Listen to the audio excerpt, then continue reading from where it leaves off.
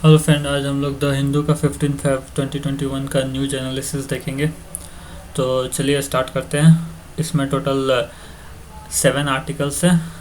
पहला जो आर्टिकल्स है related to PM hands over Arjun MK1A tank to army, army को हैंड ओवर कर दिया है। तो दूसरा आर्टिकल है कि arts for a life, keeping arts for a life. फिर थर्ड आर्टिकल है fossil of Dickinsonia found in भीमबेडकर।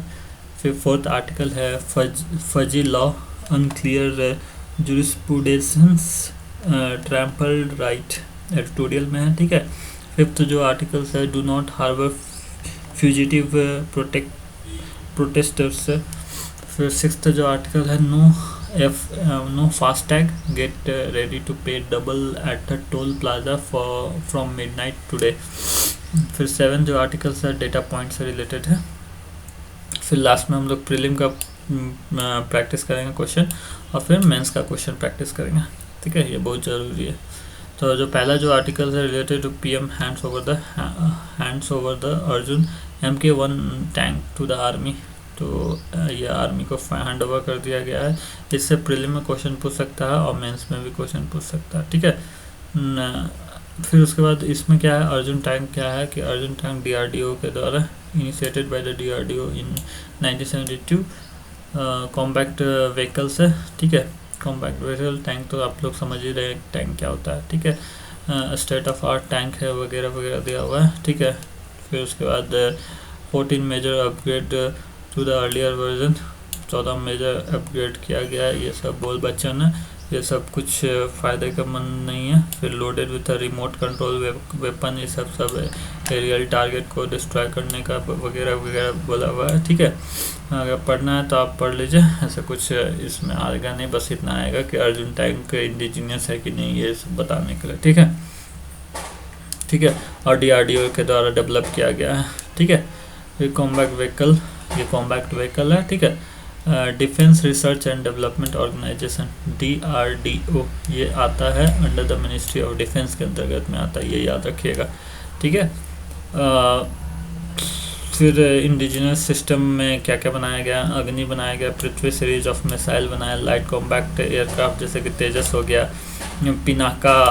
Pinaka जो एयर डिफेंस सिस्टम है, एयर डिफेंस सिस्टम, आकाश, ये सब एयर डिफेंस सिस्टम, आकाश, ये सब इंडिजिनस है। पिनाका मतलब कि ये एक रॉकेट है, पिनाका रॉकेट। ठीक है, मल्टी बैरल रॉकेट है। ठीक है, पिनाका रॉकेट आपको देखने में मतलब कि लगेगा कि मतलब कि ऊपर में 3 रो और नीचे में 3 रो रहेगा। ठीक है, ऐसा लगे 6 मतलब कि मिसाइल्स एक साथ में दाब सकता है, तो ये पिनाका रॉकेट होता है। ठीक है, एयर डिफेंस सिस्टम जो कि आकाश है, आकाश एयर डिफेंस सिस्टम है आकाश। ठीक है, ये भी इंडिजिनस है, ये सब याद रखिएगा। ठीक है। फिर उसके बाद वही PM इनोग्रेट किया। फिर India heavy dependence on the Russia, US में हैवी डिपेंडेंस है मिलिट्री इक्विपमेंट के लिए। इस सबसे PM ने सेल्फ रिलायंस होने का बोला है कि हम लोग इंडिजिनियसली डेवलप करेंगे सारा वेपन्स, ये सब। ठीक है, ये सब याद रखिएगा। फिर इससे रिलेटेड एक क्वेश्चन पूछ सकता है प्रीलिम में कि which of the following defence systems are indigenous developed in India. Pinaka rocket, Tejas LAC light compact aircraft, S-400 missile बताइए कहाँ से हम लोग ले रहे हैं। फिर Falcon airborne warning and control system, ये कहाँ से ले रहे हैं हम लोग। चिनोक हेलीकॉप्टर कहाँ से ले रहे हैं, तो चिनोक हेलीकॉप्टर जो ले रहे हैं वो US से ले रहे हैं। Falcon airborne warning and control system ये ले रहे हैं हम लोग इजराइल से। S-400 मिसाइल्स ठीक है, ये ले रहे हैं रसिया से। तेजस लाइट कॉम्पैक्ट एयरक्राफ्ट ये इंडिया का ही है। पिनाका रॉकेट लॉन्चर ये जो अभी ऊपर देखे हैं तो ये भी है इंडिया का ही, यानी कि 1 और 2 इंडिजिनियस है, बाकी सब दूसरे देश से ले रहे हैं, यानी कि इसका आंसर हो जाएगा, करेक्ट आंसर A हो जाएगा, 1 और 2। फिर नेक्स्ट जो आर्टिकल है relating to keeping an art form alive. तो आर्ट फॉर्म क्या है कि तेरुकोट्टू एक तरह का ये तमिल थिएटर है, तेरुकोट्टू। ठीक है, तेरुकोट्टू। ठीक है, टी से याद रखिएगा तमिलनाडु, तेरिकट्टू, ठीक है। कट्टू यू यू में आता है, तमिलनाडु का लास्ट में यू आता है और टी पहले आता है। इसमें भी देखो तेरुकट्टू में लास्ट पहले में टी आता है, लास्ट में यू आता था, इससे याद रखिएगा तमिलनाडु से ये आर्ट फॉर्म है, ठीक है। रूरल फोक थिएटर है, ठीक है, ऑफ द तमिलनाडु। तेरू में तो स्ट्रीट और कट्टू मतलब प्ले होता है, ठीक है। Traditionals and popular forms of the folk treats for the interiors of the Tamil Nadu का, ठीक है। ये वगैरह वगैरह है, ठीक है। Combinations of three main models of creative expressions vessels, recital, songs and dance इसमें होता है, रिसाइट करता है, सॉन्ग डांस भी होता है, ठीक है। फिर उसके बाद serve as a means of entertainment for the rural folks and display the ritualized trajectory and traditional human values, ठीक है। involves exaggerated मेकअप रहता है इसमें, high pitch singing and deliveries, जैसे कि भरतनाट्यम में होता है ना, उसी तरह का कुछ रहता है, बहुत मेकअप करता है। देखो यहाँ पे फिगर में भी दिया हुआ, देखो इन लोग का फेशियल कितना मेकअप है और हेड गियर है और ये फ्रॉक टाइप का कुछ लग रहा है, ठीक है। फिर ये सब दिया हुआ है।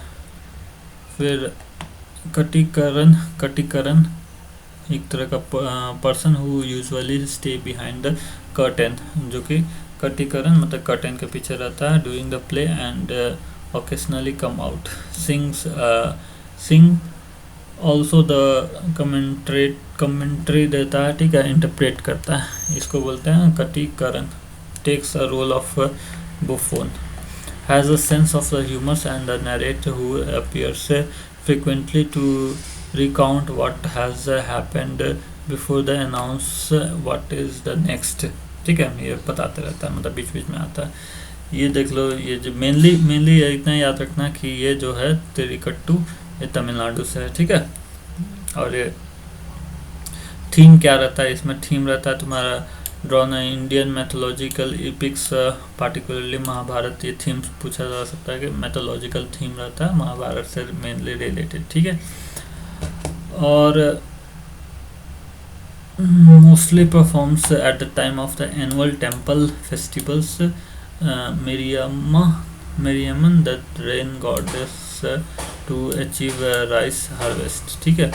राइस के हार्वेस्ट के टाइम में इम्पोर्टेंट पर्सनालिटीज़ क्या कौन है, श्री पुरुसाई नतेसा, ठीक है, ये इम्पोर्टेंट है, ठीक है। तो देखिए इसमें क्वेश्चन कैसे पूछ सकता है, क्वेश्चन इंपॉर्टेंट है। क्वेश्चन कैसे पूछेगा कि which of the with the reference of the Therukoothu consider the following statement. पहला जो स्टेटमेंट है, it is a theatre art forms from the state of Tamil Nadu, बिल्कुल सही है, तमिलनाडु से यही यहाँ से पकड़ सकते हैं कि टी से स्टार्ट होता है तमिलनाडु और यू पर एंड होता है, तो तेरुकट्टू भी यही से होता है, टी से स्टार्ट होता है यू पर एंड होता है, ठीक है। फिर उसके बाद बोल रहा है सेकंड कि the commentators and the interpreters has known as Kattiyakaran, मतलब कर्टन से निकल के आता है, फिर कमेंटेटरी करता है, इंटरप्रेट करता है, क्या होने वाला है, क्या हो रहा है, सब ये बताता है, फिर वो घुस जाता है, फिर बीच बीच में आते रहता है प्ले में, तो कर्टन से निकलते रहता है, तो कटिकरण ऐसे करके आप याद रखिएगा, ठीक है। ठीक है। फिर उसके बाद ये क्या बोलते हैं कि तो इसमें ये वाला सेकंड ऑप्शन भी सही है, ठीक है। फिर उसके बाद जो थर्ड ऑप्शन है, it is performed to narrate the life of the lord Krishna, नहीं लॉर्ड कृष्णा का नहीं होता है, इसमें मिथोलॉजिकल नरेट्स करता है मेनली महाभारत, तो थर्ड वाला स्टेटमेंट गलत हो जाता है, तो सी ऑप्शन सही हो जाएगा 1 and 2। फिर चलिए नेक्स्ट आर्टिकल देखते हैं। नेक्स्ट आर्टिकल है related to the fossil of Dickinsonia found at Bhimbetka, तो ये फॉसिल मिला है, ठीक है, ऐसा फॉसिल है, ठीक है। ये डिकिन्सोनिया ये एक तरह का फर्स्ट डिस्कवर्ड इन 1940 में डिस्कवर किया गया था। One of the most iconic member of called Ediacaran biota, मतलब कि ये एक तरह का मल्टी सेलुलर ऑर्गेनिज्म था, ठीक है। और ये लगभग 541 से लेकर 570 मिलियन ईयर्स अगो का प्राणी है, ठीक है।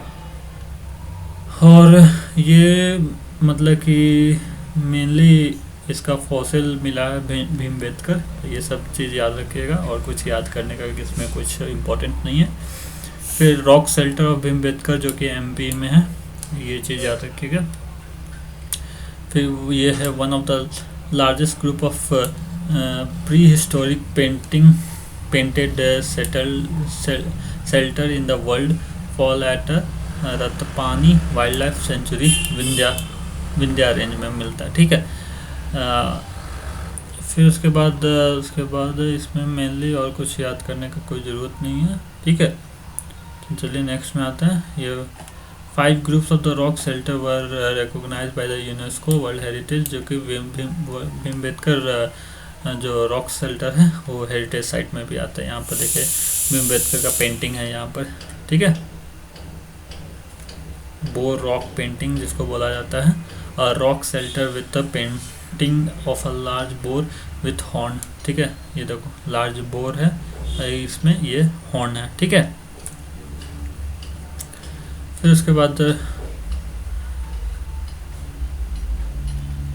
इस पर एक प्रीलिम का क्वेश्चन पूछ सकता है कि the terms Dickinsonia recently seen in the news, ये क्या है।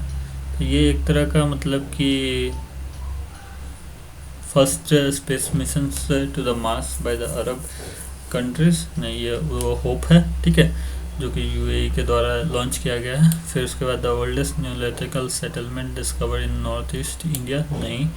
अ group of soft bodies organism that are existent between 541 to 570 million years ago, ये आंसर सही है, ठीक है, सी आंसर सही है। फिर उसके बाद नेक्स्ट जो आर्टिकल्स है related to the fuzzy law unclear, ठीक है। अब इससे रिलेटेड प्रीलिम में क्वेश्चन पूछ सकता है, मेंस में भी क्वेश्चन पूछ सकता है अंडर जीएस पेपर 2, ठीक है। इंडियन कॉन्स्टिट्यूशन सिग्निफिकेंट प्रोविजन, फिर government policies and interventions for development in the various sectors and issue arising out of this design and implementations, important aspects of the governance, transparency and accountability, e-governance के अंतर्गत में आ सकता है। फिर उसके बाद transparency and accountability के अंतर्गत में आ सकता है। Awareness in the field of IT, ठीक है।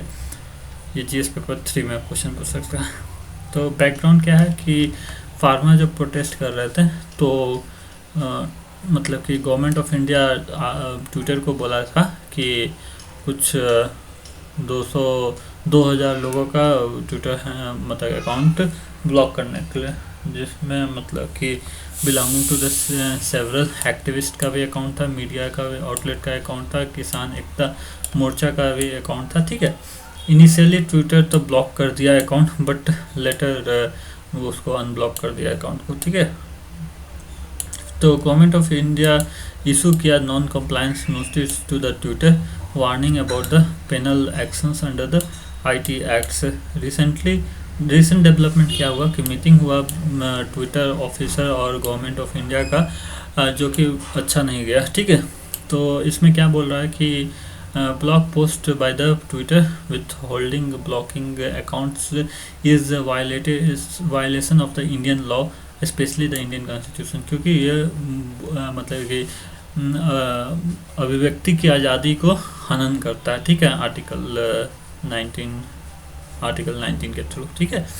तो लेकिन regulating that provides for the blocking of online contents IT acts section 69A के तहत गवर्नमेंट ऑफ इंडिया चाहे तो ब्लॉक कर सकता है, ठीक है, कोई भी आपत्तिजनक कंटेंट्स जो कि ऑनलाइन दिया गया है, ठीक है, under the IT act section 69A, याद रखना आईटी एक्ट सेक्शन 69A।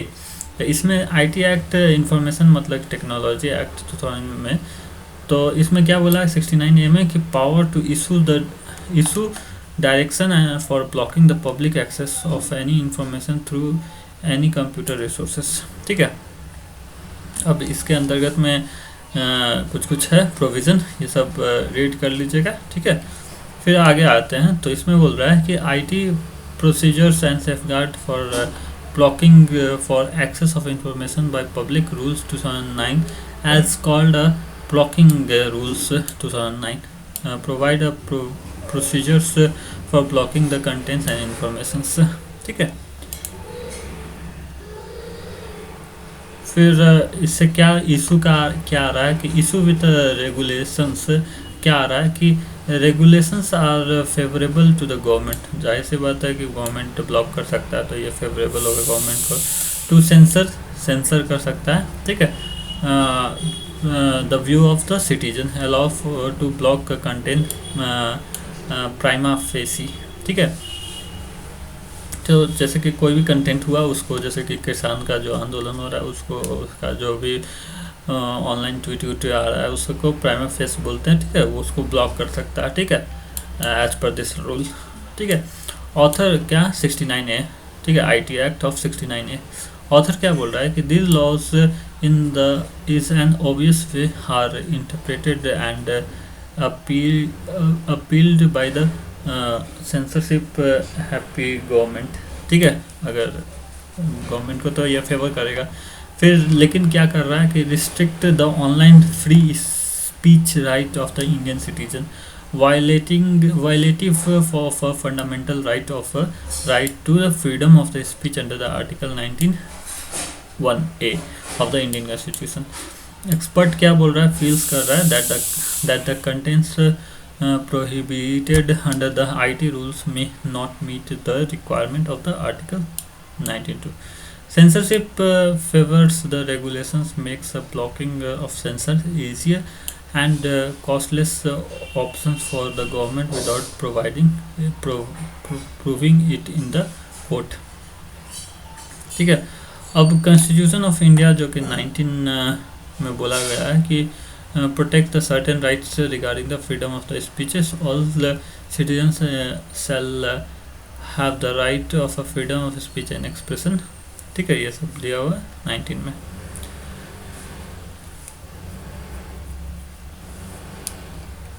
फिर confidentialities requirement of the IT procedures and safeguards for blocking of for access of information by public rule 2009 restrict करता है the affected party from knowing the reasons as to why these contents accounts was blocked, difficult to change the decision on the court, lack of procedural safeguards, no opportunities for hearing the plea arguments of the affected parties until they approach the court by themselves, violates the rights to due process। एक cases आया था जो कि Shreya Singhal versus union of India 2015 judgement में क्या आया था कि supreme court strike on the article 66A of IT act violative of articles 19(1)(a of Indian Constitution and could not be saved by the Articles 19(2) of the Indian Constitution, held that the Section 69A and the IT procedures and safeguards for the blocking of the access of the information so by public rules 2009 are the constitutionally valid.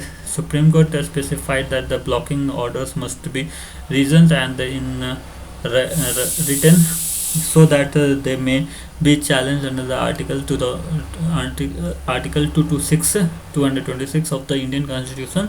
Author, it is not followed by the government in recent events, lack of clarity in the judgment and unclear, ठीक है। Need क्या है, क्या need है कि urgent need of the legal jurisprudential reforms, legal reforms चाहिए to provide the government from directly ordering intermediaries to block access to online information. Such orders should be allowed to be imposed only in a certain emergency cases. Such orders should go through the court and affects the party should be provided opportunity to defend themselves. Blocking orders must be made public. जो भी orders है वो public को मतलब कि public में public होना चाहिए ये सब ऑर्डर, ठीक है। अब इससे रिलेटेड मतलब मेंस में जीएस पेपर 2 में क्वेश्चन पूछ सकता है कि the legal regimes that enable the government to block websites need to be urgent reform comment. अब इसमें कमेंट करिए 150 वर्ड में, ठीक है। 10 मार्क्स का क्वेश्चन हो सकता है। फिर जो नेक्स्ट आर्टिकल है related to do not harbour fugitive protesters, तो ये म्यांमार में जो अनरेस्ट हो रहा है उससे रिलेटेड करंट में क्वेश्चन पूछ सकता है प्रीलिम में। और जीएस पेपर 2 में, जीएस पेपर 1 और जीएस पेपर 2 में क्वेश्चन पूछ सकता है। जीएस पेपर 1 में तुम्हारा silent feature of the world physical geography के बारे में पूछ सकता है, और जीएस पेपर 2 में effect of the policies and the politics of developing country के अंतर्गत में क्वेश्चन पूछ सकता है। म्यांमार में क्या हो रहा है, म्यांमार जो है वो देखो किससे किससे बॉर्डर टच करता है, तो इंडिया से बॉर्डर टच करता है, बांग्लादेश से बॉर्डर टच करता है, चाइना से बॉर्डर टच करता है, लाओस से बॉर्डर टच करता है, थाईलैंड से बॉर्डर टच करता है, ठीक है। Thailand, Laos, China, India, Bangladesh. तो पॉलिटिकल हिस्ट्री क्या है कि rule by the military Janata for many of the years since it gained independence from the British colony rules in 1948 began as a parliamentary democracies lasted until 1962. Military generals led a military coups and held power from the next 26 years. 26 साल तक military का शासन रहा। और new constitution इन 1974 में new constitution जो बनाया गया based on the isolationality policies and the socialist economic programmes whispers corruptions and food shortage led to the 1988 student led protest. 1989 new military regimes changes the country's name from the Union of Burma to the Union of Myanmar, ठीक है। फिर capital Rangoon से Yangon बना दिया गया in 2005 में, and administrative capital move to Naypyidaw बना दिया गया नया कैपिटल। 2007 में क्या हुआ कि सेफ्रॉन रिवॉल्यूशन होता है जो कि एंटी गवर्नमेंट प्रोटेस्ट रहता है, ठीक है, स्पार्क करता है by fuel price hikes adopted a new constitution in 2008 में नया कॉन्स्टिट्यूशन अडॉप्ट करता है। 2011 में क्या होता है कि the military Janata was dissolve कर दिया जाता है और the national leagues for democracy led by the आंग सान सू की वन द मेजोरिटीज इन 2015 में वन कर जाती। कौन? आंग सान सू की। आंग सान सू की को नोबेल प्राइज ऑफ पीस भी मिला हुआ, ठीक है। Rose to prominence during the 1988 protest, detains in 1989 and was release only in 2010। Recent development क्या है कि 2020 में second national election under the civilian rules overwhelming won by the National League for Democracy, ठीक है। Many groups claim that election were flawed था, ठीक है, और of Rohingya and the other issues. फिर उसके बाद यूएसडीपी पार्टी जो है supported by the military suffered a major blow. तो military leaders alleged voter fraud and जो कि है कूप कर गया इन फरवरी 2021 में, ठीक है। डिटेन कर लेता है आंग सान सू की को और मतलब कि उसको जेल में डाल देता है, इमरजेंसी घोषित कर देता है। तो इससे रिलेटेड एक प्रीलिम में क्वेश्चन पूछ सकता है कि consider the following country Laos, Thailand, Cambodia, Bangladesh, Malaysia से। अब बोल रहा है कि which of the countries share the border with Myanmar. Myanmar से कौन कौन सा कंट्री बॉर्डर शेयर करता है, तो जाहिर सी बात है बांग्लादेश शेयर करता है, ठीक है। कंबोडिया नहीं करता, थाईलैंड करता है, लाओस करता है, मलेशिया नहीं करता। मलेशिया करता है कि नहीं करता? करता है, मलेशिया करता है, ठीक है। मलेशिया करता है? नहीं करता। नहीं, मलेशिया नहीं करता, थाईलैंड करता है, ठीक है। मलेशिया नहीं करता, मतलब लाओस हो गया, थाईलैंड हो गया और बांग्लादेश, यानी कि 1 to 4 1 to 4 किस में है? 1 to 4 सी में है, तो सी वाला आंसर सही हो जाएगा, ठीक है। अब नेक्स्ट जो आर्टिकल है related to the no FASTag get ready to pay double at the toll plaza for from midnight today, मतलब कि आज अगर फास्टैग आपके व्हीकल में नहीं है तो आपको डबल चार्जेस पे करना पड़ेगा आज से आध रात्रि से तुम्हारा टोल प्लाजा पर। ठीक है, अब इससे रिलेटेड करंट में प्रीलिम में क्वेश्चन पूछ सकता है और जीएस पेपर 2 में क्वेश्चन पूछ सकता है। Under the statutory bodies government policies and interventions for the development of the various sector and issue arising out of this design and implementations. GS paper 3 में क्वेश्चन पूछ सकता है अंडर द इंफ्रास्ट्रक्चर रोड्स के अंदर में। फिर science and technology से भी क्वेश्चन पूछ सकता है under the development of this application and effect in the everyday life. Okay, फिर इसमें क्या है कि RFID क्या होता है? RFID का फुल फॉर्म होता है कि radio frequency identification technology, RFID radio frequency identification technology. ठीक है, डिवाइस बोल सकते हैं। ठीक है, enables the tracking the movement of the main materials and vehicles. ठीक है, वो जो भी व्हीकल पास होगा उसका मूवमेंट वो डिटेक्ट कर लेगा और उससे RFID से एक अकाउंट लिंक होता है, वो मतलब करेंट अकाउंट या प्रीपेड अकाउंट या योर क्रेडिट कार्ड लिंक रहेगा, उससे आपका डायरेक्ट मतलब कि अमाउंट कट जाएगा। ठीक है, जैसे ही टोल प्लाजा के पास आ जाइएगा। ठीक है, तो an automated data collections technology use radio frequency wave to transfer data between readers and the movable items. Active RFID, दो तरह का RFID होता है, एक एक्टिव RFID होता है, एक पैसिव RFID होता है।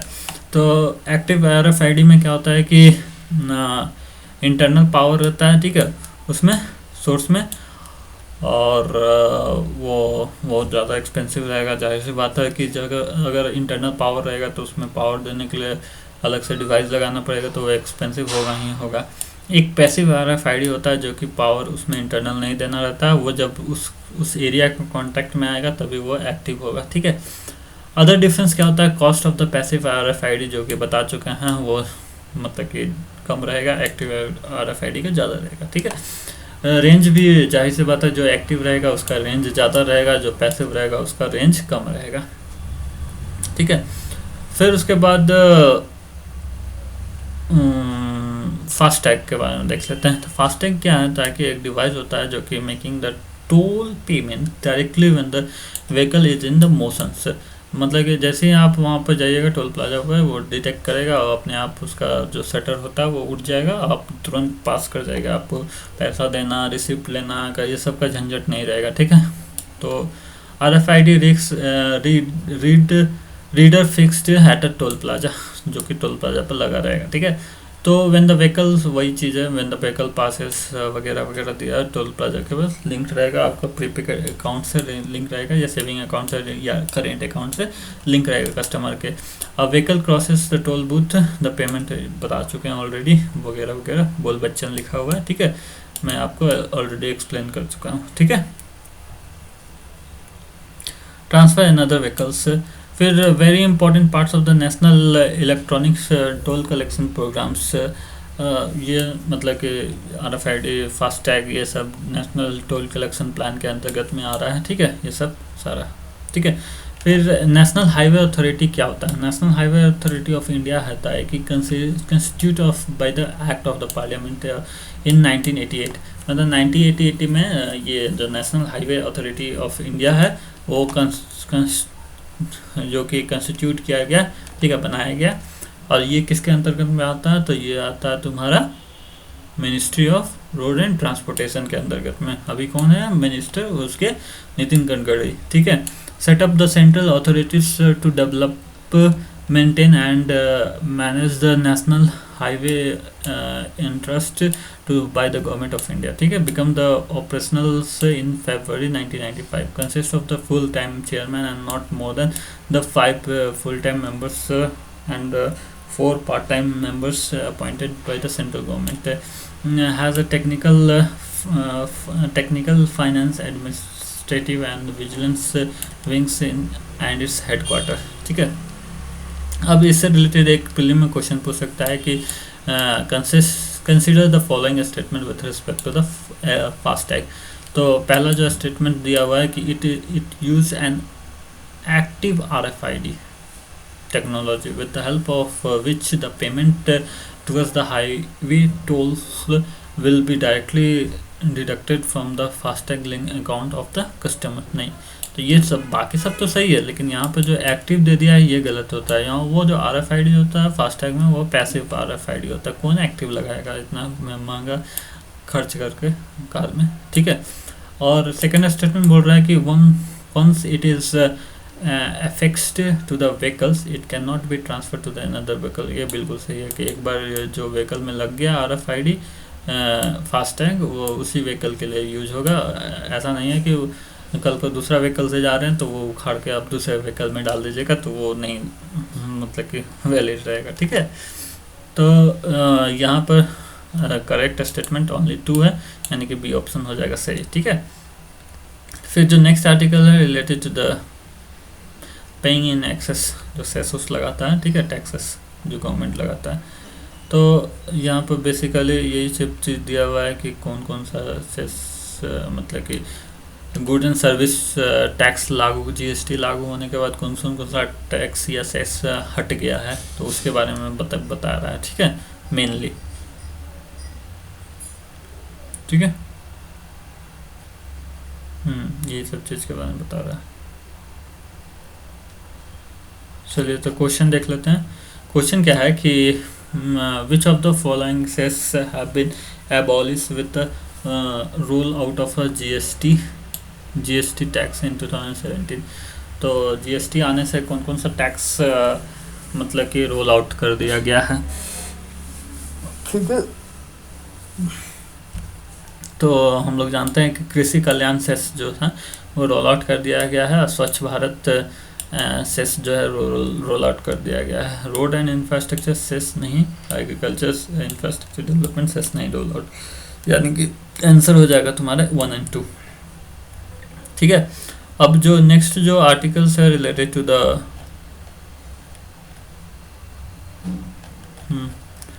अब जो नेक्स्ट क्वेश्चन है वो मतलब कि यहाँ से पढ़ लेते हैं कि क्वेश्चन है जो कि ऊपर डिस्कस कर चुके हैं कि which of the following defence systems are indigenous developed by India. Pinaka rocket launcher बिल्कुल सही है, वो इंडिया के द्वारा। तेजस लाइट कॉम्पैक्ट एयरक्राफ्ट भी इंडिया के द्वारा डेवलप किया गया है, ठीक है, इंडिजिनियस है। और S-400 मिसाइल्स डिफेंस सिस्टम ये रसिया से लिया गया है। Falcon airborne warning and control system ये इजराइल से लिया गया है। चिनोक हेलीकॉप्टर ये लिया गया है USA से, ठीक है, यानी कि 1 और 2 आंसर सही हो जाएगा, यानी कि ए ऑप्शन हो जाएगा। नेक्स्ट क्वेश्चन देखते हैं कि which of the following cess have been abolished with the roll out of the GST तो जो कि 2017 में आया था, ठीक है। कब आया था? जून में, ठीक है, 2017 में GST। तो इसके आने से क्या क्या सेस हट चुका है, तो कृषि कल्याण सेस हट चुका है और स्वच्छ भारत सेस हट चुका है, ठीक है, यानी कि ए ऑप्शन हो जाएगा, ठीक है। तो इसका आंसर भी देख लेते हैं कि ए ही है ना, एक बार चेक कर लेते हैं, चुका ए आंसर, ठीक है।